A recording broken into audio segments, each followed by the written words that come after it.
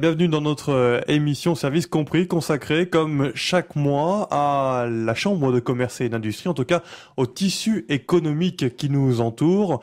Pour débuter cette série d'émissions, on retrouve Corinne Bringer. Vous êtes la directrice adjointe de la Chambre de commerce et d'industrie de Haute-Loire en charge des relations extérieures. Bonjour. Alors, pourquoi avoir souhaité, notamment sur notre antenne, communiquer? On parle parfois du monde de l'entreprise comme un monde un peu à part. Il était important aussi de faire entendre la voix des entrepreneurs. Alors, l'objectif de la CCI à travers cette émission avec RCF, c'est effectivement de valoriser l'entreprise, de valoriser les entrepreneurs et les hommes et les femmes qui travaillent dans nos entreprises de Haute-Loire. Les salariés notamment. Les salariés également. On va pouvoir entendre beaucoup d'émissions au cours de cette année, une dizaine, qui seront consacrées à des thématiques bien différentes parce que on peut parler de vie d'entreprise. On pourrait quasiment en parler très longtemps chaque mois. Oui, l'objectif déjà dans l'émission de la Chambre de commerce, on est un partenaire de proximité, un partenaire au quotidien des entreprises du département. Donc on les accompagne de la création à leur transmission, en passant par toutes leurs phases de développement. Et on souhaitait à travers ces émissions à la fois traiter de sujets économiques, de sujets d'actualité et aussi de problématiques d'entreprise. Voilà, comprendre un petit peu mieux cette émission s'adresse évidemment aux chefs d'entreprise, à ceux qui y travaillent, tous les salariés qui nous écoutent, mais à tous ceux aussi qui s'intéressent au développement d'un territoire parce que tout est évidemment très imbriqué. Oui, l'objectif aussi de cette émission, c'est d'être pédagogique, d'être un peu innovant et surprenant dans les sujets qu'on va traiter, et surtout de traiter la dimension humaine et citoyenne de l'entreprise. Voilà, merci Corinne Bringer. Notamment, nous allons l'entendre, puisque juste après une très courte pause, nous reviendrons sur la transmission et reprise d'entreprise avec notamment quelques beaux témoignages. RCF, branchez-vous sur l'essentiel. Après cette brève introduction faite avec Corinne Bringer, nous avons deux invités dans nos studios qui ont la lourde tâche d'inaugurer donc cette série avec la Chambre de commerce et d'industrie de Haute-Loire. Dans nos studios, Jérôme Selle, bonjour. Bonjour. Et à vos côtés, Hervé Zanor, bonjour. Bonjour. Voilà, nous allons parler de création, reprise d'entreprise. Mais pour commencer, chaque émission, nous avons, et vous avez notamment décidé de mettre en avant une idée de l'entreprise, essayer de comprendre un peu ce vocabulaire qui nous entoure au quotidien. Et Jérôme Selle, pour cette première, un mot très utilisé ces derniers temps, parfois à tort, en tout cas peut-être pas forcément dans sa bonne dimension, le mot d'actionnaire. Qu'est-ce qu'on doit comprendre derrière ça ? Alors c'est vrai que souvent... Il n'y a pas bonne presse aujourd'hui. Oui, et c'est dommage, c'est malheureux, parce que souvent on assimile l'actionnaire, en général, à un porteur d'actions sur des sociétés cotées. Et, le CAC 40, par exemple. Le CAC 40, oui, plus emblématique. Et cet actionnaire, souvent, c'est un investisseur boursicoteur, voire un actionnaire spéculateur. Et avec la crise financière et sa continuation, souvent dans l'esprit de beaucoup de gens, quand on parle d'actionnaires et de grandes sociétés, de bourses, etc., d'actions, c'est un peu ce qui vient spontanément à l'esprit. On a un peu en tête, je me permets cette image, mais quelqu'un dans son bureau doré qui joue avec des chiffres et avec des vies, entre guillemets. Écoutez, un souvenir d'enfance, lorsque j'étais à l'école, dans les livres d'histoire, tout à fait officiel de l'éducation nationale, on représentait systématiquement le patron ou l'actionnaire de société avec une queue de pie, un chapeau de forme, un gros cigare, un gros ventre, avec une chaîne en or pour la montre Gousset. Et bon, voilà. Alors, est-ce que la caricature était faite à dessein pour donner une certaine image ? Bon, je ne répondrai pas à cette question.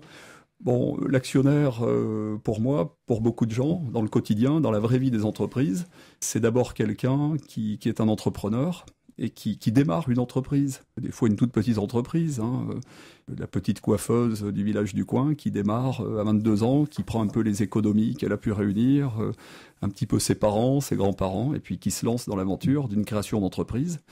Alors avant que le salon de coiffure il soit coté en bourse et qu'on commence à spéculer dessus, bon, mais ça c'est de l'entreprise.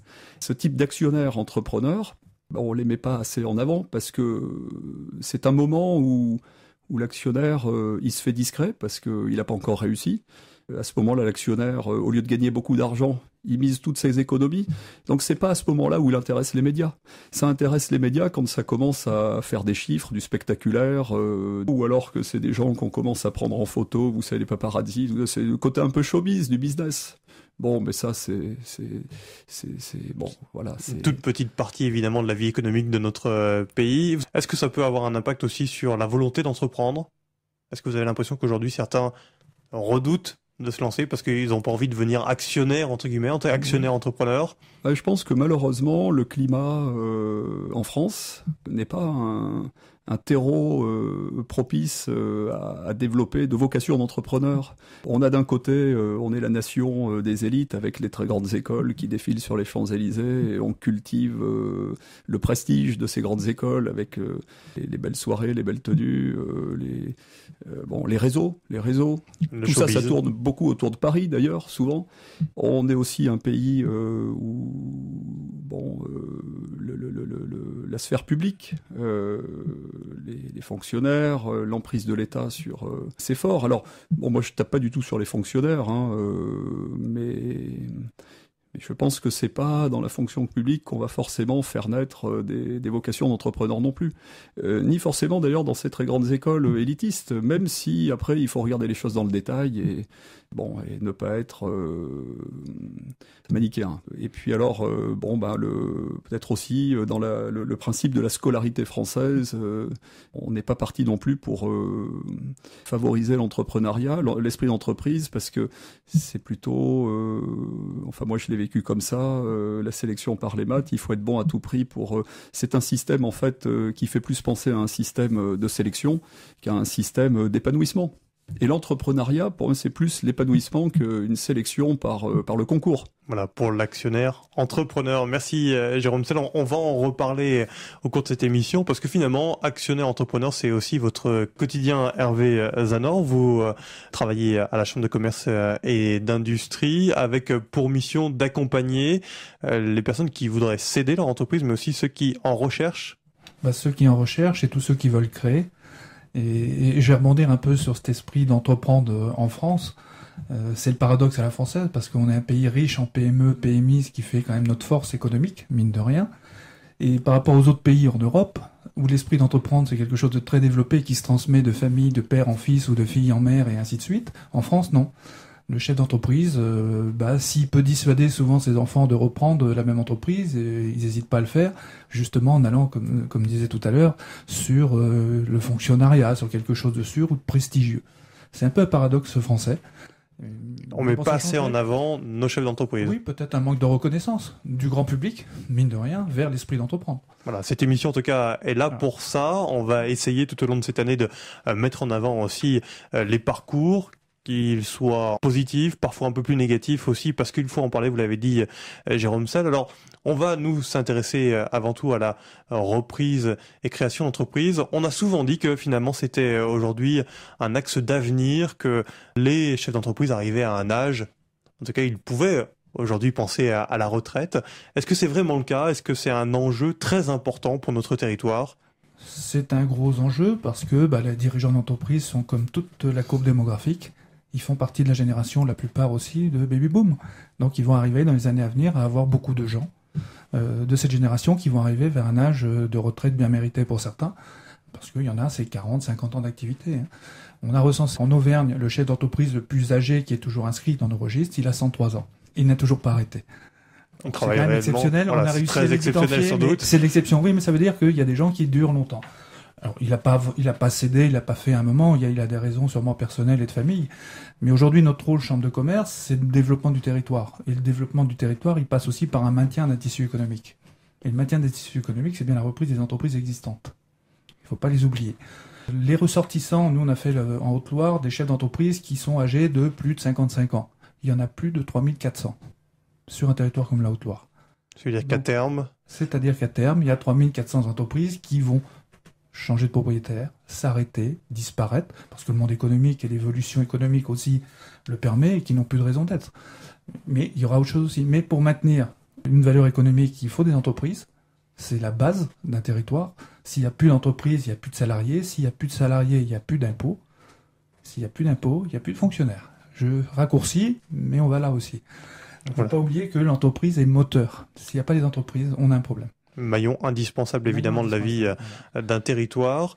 Est-ce que on parle beaucoup évidemment des difficultés financières du moment. Est-ce que c'est le bon timing, pourquoi pas, pour investir dans une reprise d'entreprise? Ça peut l'être. Tout dépend le marché. Comme on dit, on va étudier le marché, on va étudier le besoin, la capacité qu'a un On peut imaginer qu'un auditeur qui nous écoute, il y a une frilosité par rapport à ces projets-là. Ah, mais il peut. Investir de l'argent. Oui, avec un risque. Ce qu'on a dit tout à l'heure, un entrepreneur, c'est quelqu'un qui prend des risques. Et il prend les risques, ses propres risques. C'est lui qui l'engage, et sa famille, et pas les autres, en général. Donc ça se mesure, un risque. On est capable aujourd'hui, dans l'accompagnement, et je le fais tous les jours, d'arriver à mesurer les risques pris.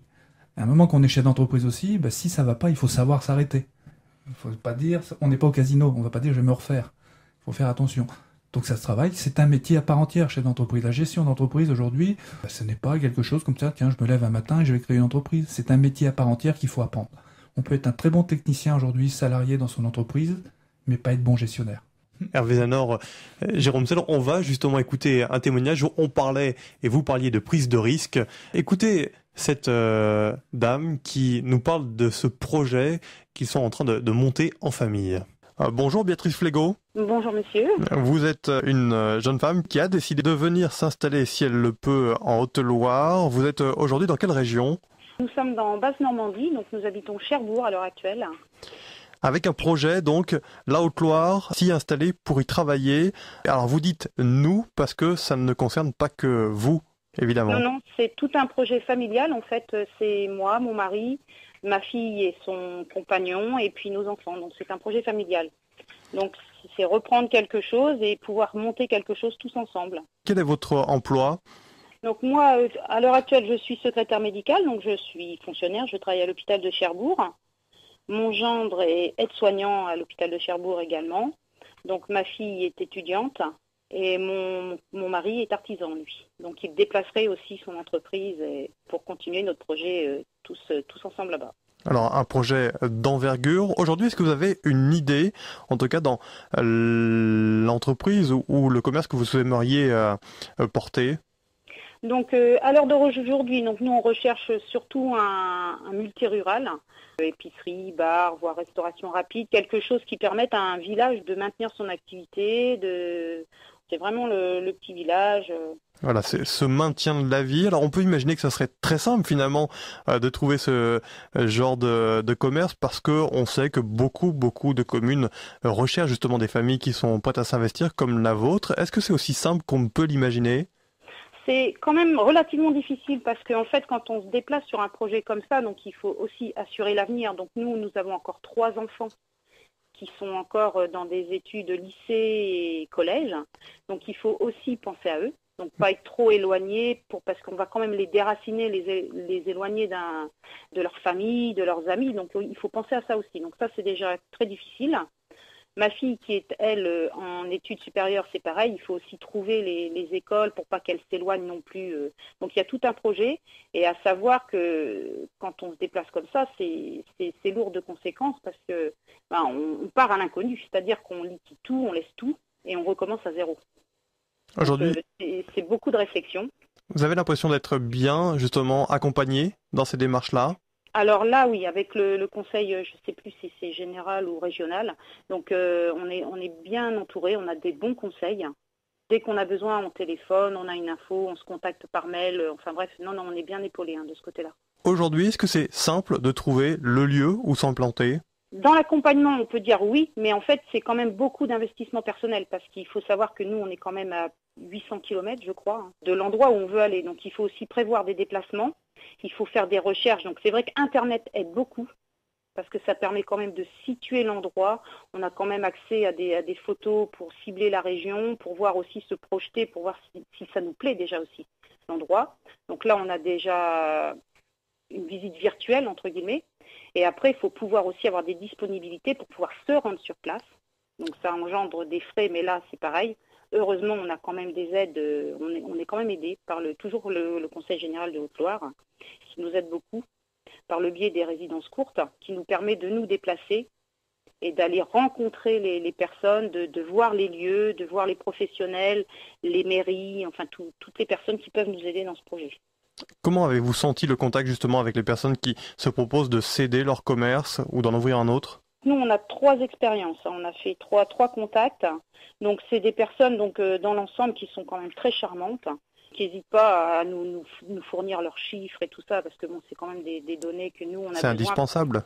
Voilà, et donc, sur les 3, il y a une personne qui n'a pas voulu nous transmettre ses chiffres. Donc là, du coup, on a laissé tomber, parce qu'on ne peut pas non plus partir à l'inconnu, hein, même financièrement, c'est un projet énorme. Mais 2 personnes qui n'ont pas hésité à transmettre leur bilan, à nous rappeler, à nous donner des photos, enfin bref, on se rappelle et non, c'est des gens vraiment joviales et ça se passe vraiment très bien.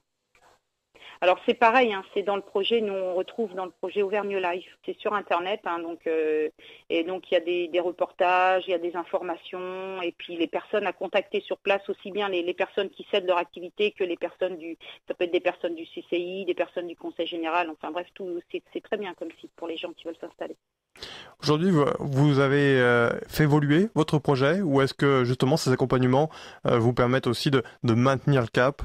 Alors nous, on évolue là parce que mon mari étant artisan, donc nous on donne les chiffres au comptable de mon mari qui lui se charge de nous donner son point de vue professionnel aussi en tant que comptable, qui connaissant notre projet et nous connaissant nous en disant c'est viable pour vous, c'est pas viable. Donc là déjà on est aidé aussi de notre côté. Et puis c'est vrai que le fait que c'est Monsieur Zanor qui nous aide beaucoup, donc lui il connaît bien les gens. En fait, quand je lui parle d'une affaire, s'il connaît, il nous aiguille de suite aussi, on discute, il est ouvert. Non, c'est vraiment très très bien.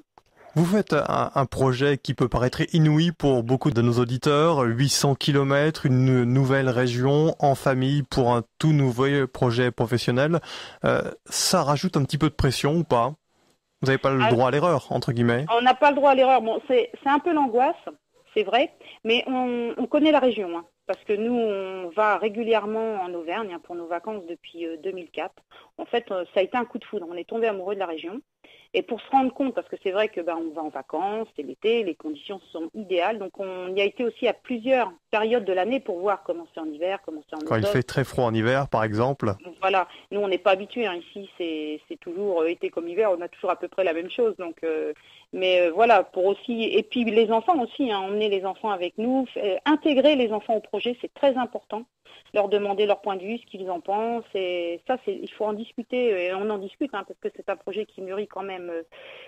Donc nous, on avait l'intention de s'installer, on s'était donné 10 ans au départ. Donc ça, c'était 2004, après on s'est donné 5 ans, et puis les années passant, on se dit non, on a trop envie d'être là-bas, les enfants, ils sont heureux là-bas, et voilà. Donc, et au fur et à mesure qu'on en discute, au fur et à mesure ça mûrit, et au fur et à mesure ça devient, c'est pas vital, mais je veux dire, c'est hyper important, quoi. Ça se rapproche et il faudrait que maintenant le projet avance. Vous avez une échéance maintenant ?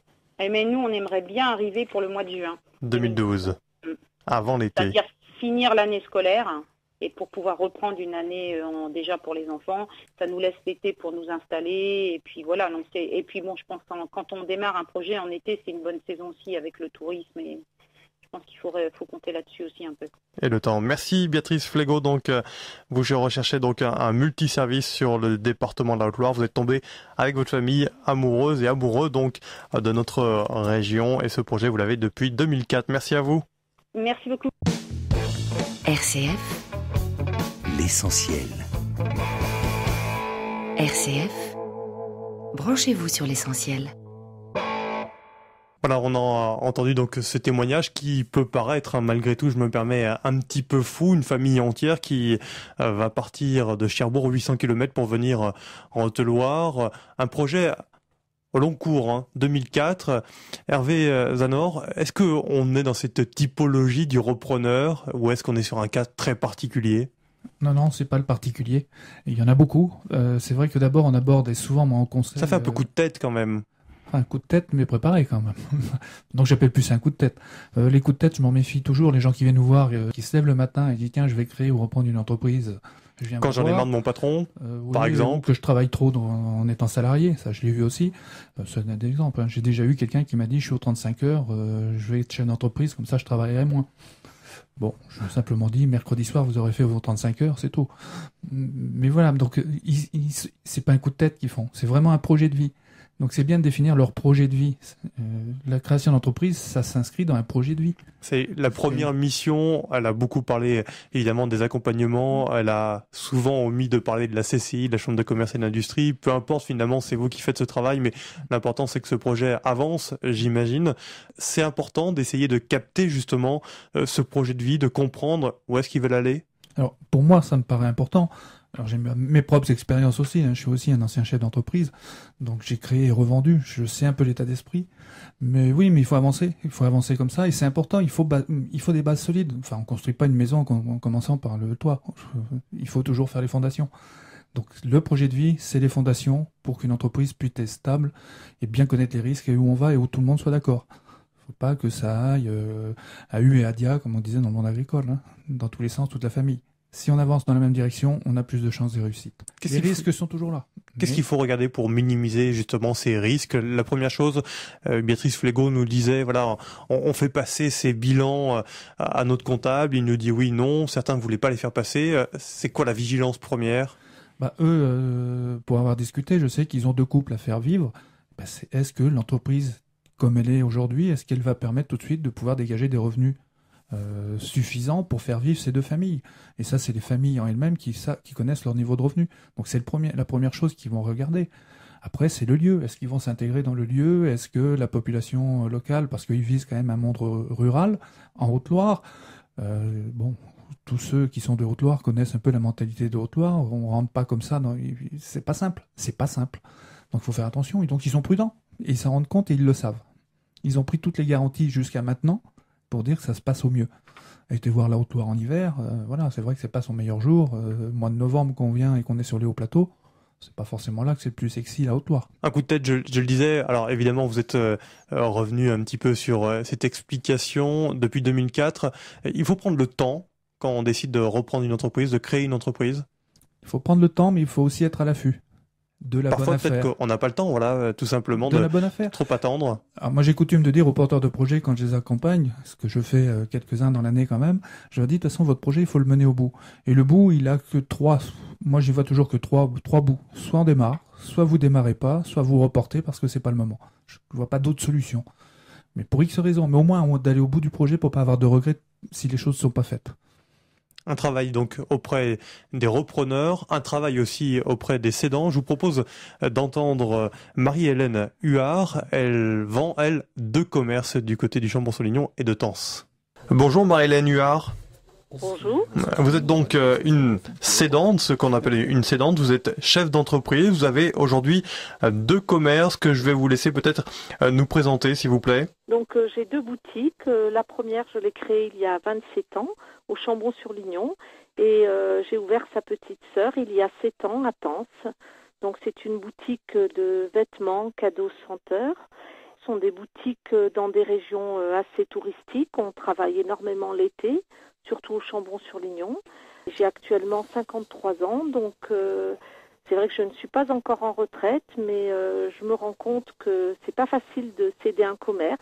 Donc j'ai un petit peu pris les devants en me disant que faut que je les mette en vente maintenant pour peut-être trouver une personne que j'aiderai dans un premier temps ou avoir l'opportunité de trouver quelqu'un tout de suite. Et à ce moment-là, eh bien, voilà, moi je serais ravie d'arrêter parce que ça fait 27 ans que je fais ça et voilà, j'ai envie de souffler un petit peu. Alors on peut le comprendre, une volonté de souffler en même temps.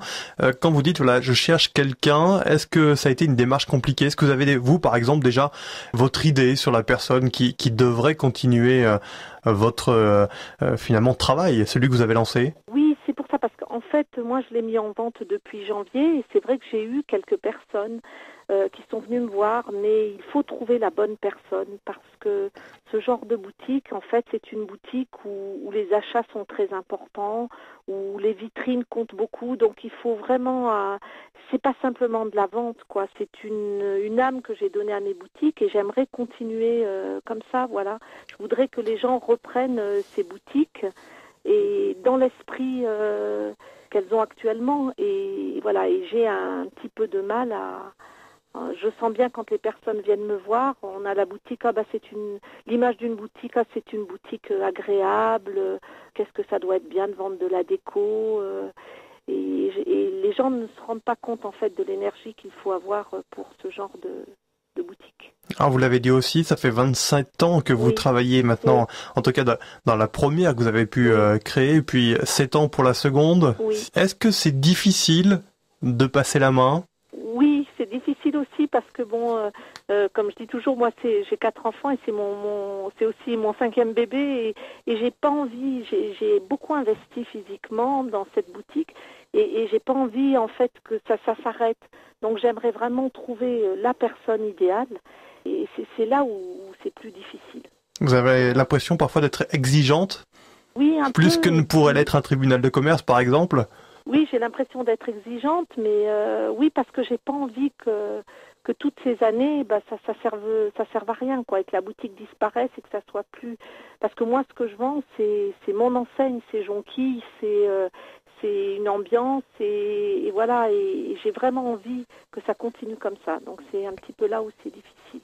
Quand vous avez décidé de passer le pas, de proposer justement à la vente ces 2 boutiques, est-ce que vous avez par exemple pensé à votre personnel, si vous en avez ? Bien sûr, mais j'ai mis tout de suite mon personnel au courant et je leur ai dit que j'allais tout faire pour que les personnes qui reprennent maintiennent leur temps plein.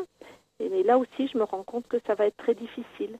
Parce que moi, j'ai fait aussi un peu de social pendant ces 27 années, c'est-à-dire que quelquefois, je n'avais pas forcément besoin de ces 2 salariés à temps plein toute l'année, mais que je les gardais parce que c'était un personnel sûr, les clients étaient habitués à ces personnes et au détriment peut-être moi de ma rémunération, si vous voulez. Il y a quelques fois où je passe... En dépit du bon sens économique, on pourrait dire ? Voilà, c'est ce que quelquefois le comptable m'a reproché. Mais en fait, pour avoir une vie de famille aussi, et il fallait que j'ai du personnel sûr, et j'ai préféré garder ce personnel. Et j'aimerais que les personnes suivantes puissent le garder aussi, ce qui ne sera peut-être pas facile, parce qu'ils n'auront pas la même optique que moi. Est-ce que vous restez aujourd'hui droite aussi dans vos choix, ou est-ce que vous commencez à vous dire peut-être qu'il va falloir faire évoluer ma vision ?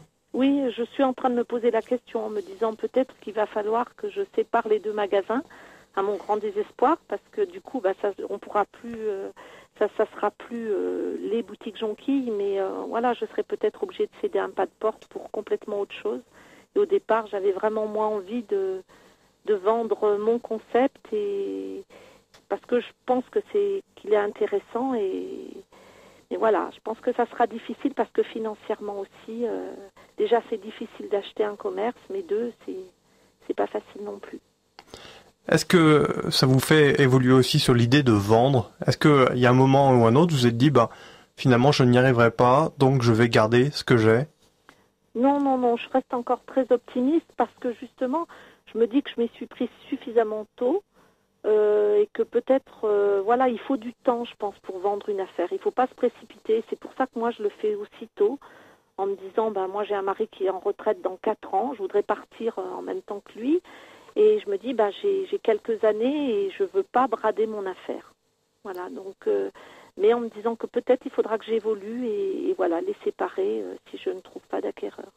Merci Marie-Hélène Huard. On peut le rappeler, vous êtes la propriétaire et gérante des magasins Jonquille, au Chambon-Solignon et à Tence. Oui. Et vous cherchez donc des repreneurs, mais qui continuent dans la droite ligne que vous avez fixée depuis 27 ans maintenant. Oui, voilà, c'est ce que j'aimerais. Merci à vous. Merci. L'essentiel. Voilà, on vient d'entendre donc ce 2e témoignage. Nous sommes toujours avec Jérôme Selle et Hervé Zanor en studio pour cette émission consacrée à la création et reprise d'entreprise. Alors, Hervé Zanor, est-ce qu'il faut savoir dire aussi à quelqu'un qui veut céder son entreprise, attention, vous êtes peut-être un peu trop exigeant ? Trop exigeant, ou dans l'état actuel qu'elle est, elle n'est pas accessible. Oui, tout simplement. Ça arrive. Ça arrive, hein, j'en ai vu, hein, quand je vois des fois des bars qui sont, ou ma collègue qui voit des hôtels-restaurants qui sont plus aux normes, dans l'état actuel, c'est pas accessible. C'est pas accessible parce qu'il va falloir faire de trop gros investissements et qui ne seront pas rentables pour le repreneur et les banquiers ne vont pas suivre financièrement. Métier difficile, j'imagine que le vôtre, parfois, d'avoir d'un côté quelqu'un qui veut céder, qui aimerait que vous présentiez son entreprise comme étant la plus belle possible, et quelqu'un qui souhaite entreprendre, investir, mais que vous devez aussi accompagner en disant attention, celle-ci n'est peut-être pas la meilleure. L'enjeu de la CCI, on va jamais dire ça, nous la CCI, c'est la pérennité de l'entreprise. Ce n'est pas de faire un coup immobilier ou de vente sur un cédant ou qu'un repreneur fasse aussi un bon coup. C'est que l'entreprise dure avec ses salariés à l'intérieur, avec le maintien, ce que je vous ai dit tout à l'heure, du développement économique d'un territoire. La pérennité de l'entreprise, avant tout, nous, c'est la chambre. C'est notre mission. Donc on n'a pas à faire de coûts ou l'autre. Il faut une viabilité, des risques mesurés pour les entrepreneurs. Parce qu'on n'a pas le droit non plus, enfin moi je me l'interdis, d'envoyer des gens dans le mur et comme on l'a dit en début d'émission, que ça fasse des drames humains derrière ou que vous ayez pour 15 ou 20 ans d'endettement à la Banque de France. Entreprise IMO, Hervé Zanor, si des auditeurs se posent la question, pourquoi pas moi? Les repreneurs qui nous contactent, toutes les personnes qui ont aujourd'hui un projet de reprise d'entreprise, je vais dire crédible. Aujourd'hui on sait pertinemment que pour reprendre une entreprise, il faut avoir une mise de fonds personnelle. Si quelqu'un n'a pas d'apport ou a rien, ce n'est pas la peine, il n'y a aucun banquier qui va le financer.